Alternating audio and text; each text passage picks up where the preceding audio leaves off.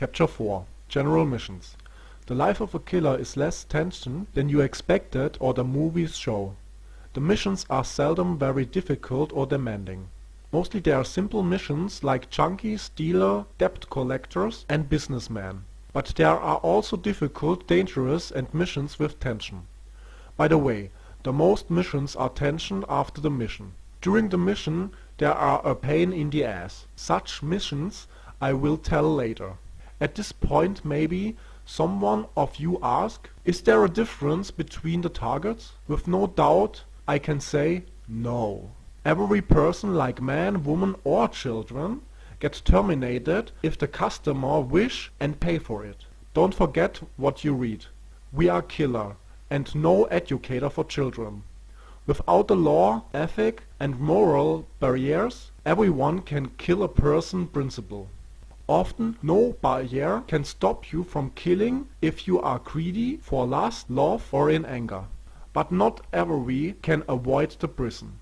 Without the law you have also the problem with the relatives and they want of course revenge. Without a barrier it is totally easy. To kill somebody is the difficult and boring part of the killer business. For that reason I made the missions a little bit harder and increased the interest. The debt collector is a very dangerous fighter. That's the reason why they are money renter. They are very good at bone breaking. It is very easy to kill them by shooting, but that is after a few times totally boring. To kill them with bare hands is very hard, but also a pleasure if you get sometimes a hit in your face. Don't make the mistake and say to him that you want to kill him. In this case he fights with all he had, and if he wins he will kill you.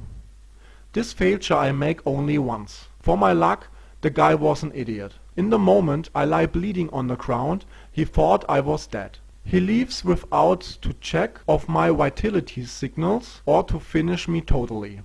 After a few seconds I get my consciousness back, run after him and killed him with a headshot. Coward? Maybe. But you are lost only when you died. In this case I win after I lose. I get a result that you never can lose if you're still alive. You are a loser when you are dead, but if you're still alive, you can every time start anew. In the opposite to debt collectors, dealers are every time armed or have a loaded drug syringe. The syringe they keep for not payable junkies to set an example. That's only dangerous if you get hit. I get hit. The dealer wasn't able to push the syringe, for God's sake, because I break in the same moment his larynx. So I was able to pull out the syringe and I was lucky. It was a fresh needle. I feel something from the drug, but it was too less to get addicted. After a medical examination I get a confirmation that I haven't any diseases. I didn't get HIV or hepatitis. That can be very worst. To kill junkies was much easier. They were always high, and if they get turkey, they weren't very active or have a sharp spirit. For that reason I increased the level to erase these pitiful creatures. I invented for the drug consumers special kinds of killings. So I get a spiritual challenge. After I didn't get new ideas, I let me inspired from the internet or from cartoons. The internet contains a website with awards for the spectacular or dumbest suicides. On this site you get good ideas for a perfect accident. It is unbelievable if someone die in a ridiculous accident, everyone believes it was an accident. Here an example. I killed a junkie with a piano or a safe. I let it fall on the object. The gravity did the rest. Everyone knows that from a cartoon, but nobody gets suspicious and believe it wasn't an accident. That it was a kill, nobody believed that or have proof. Extraordinary are home accidents. One of the drug consumers I killed with his own car.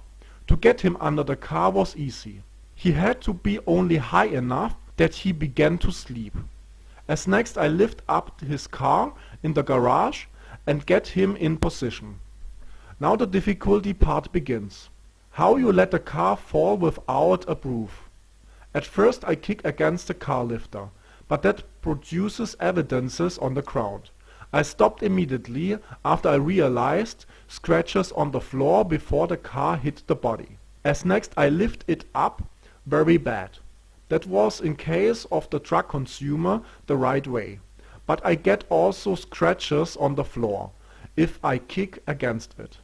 To my shame, the car hit the floor with the wheels and provides enough space for the victim. At the end I extracted the wheels, wet the floor with oil, lift up the car in the oil and fixed a rope on the car lifter. After I get the junkie in position, I pull the rope and the car smashed on the ground and buried the truck consumer. Nobody died immediately.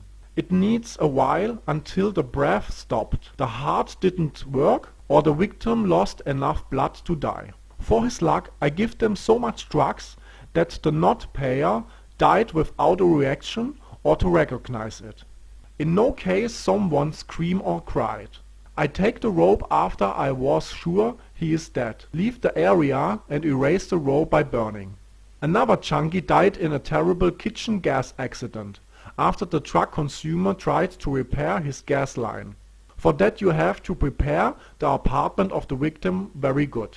At first the junkie gets high for free. No junkie can resist 3 doses. He had to be totally high, because he hasn't to recognize anything. The most important is that he didn't die from the truck. If he died, nobody can believe it was an accident. An addicted truck consumer who died by an overdose can't be able to repair a gas line. As next you open the gas line and you get the right tools for it in position. At the end you lighting up a candle in another room of the apartment and escape the building as fast as you can.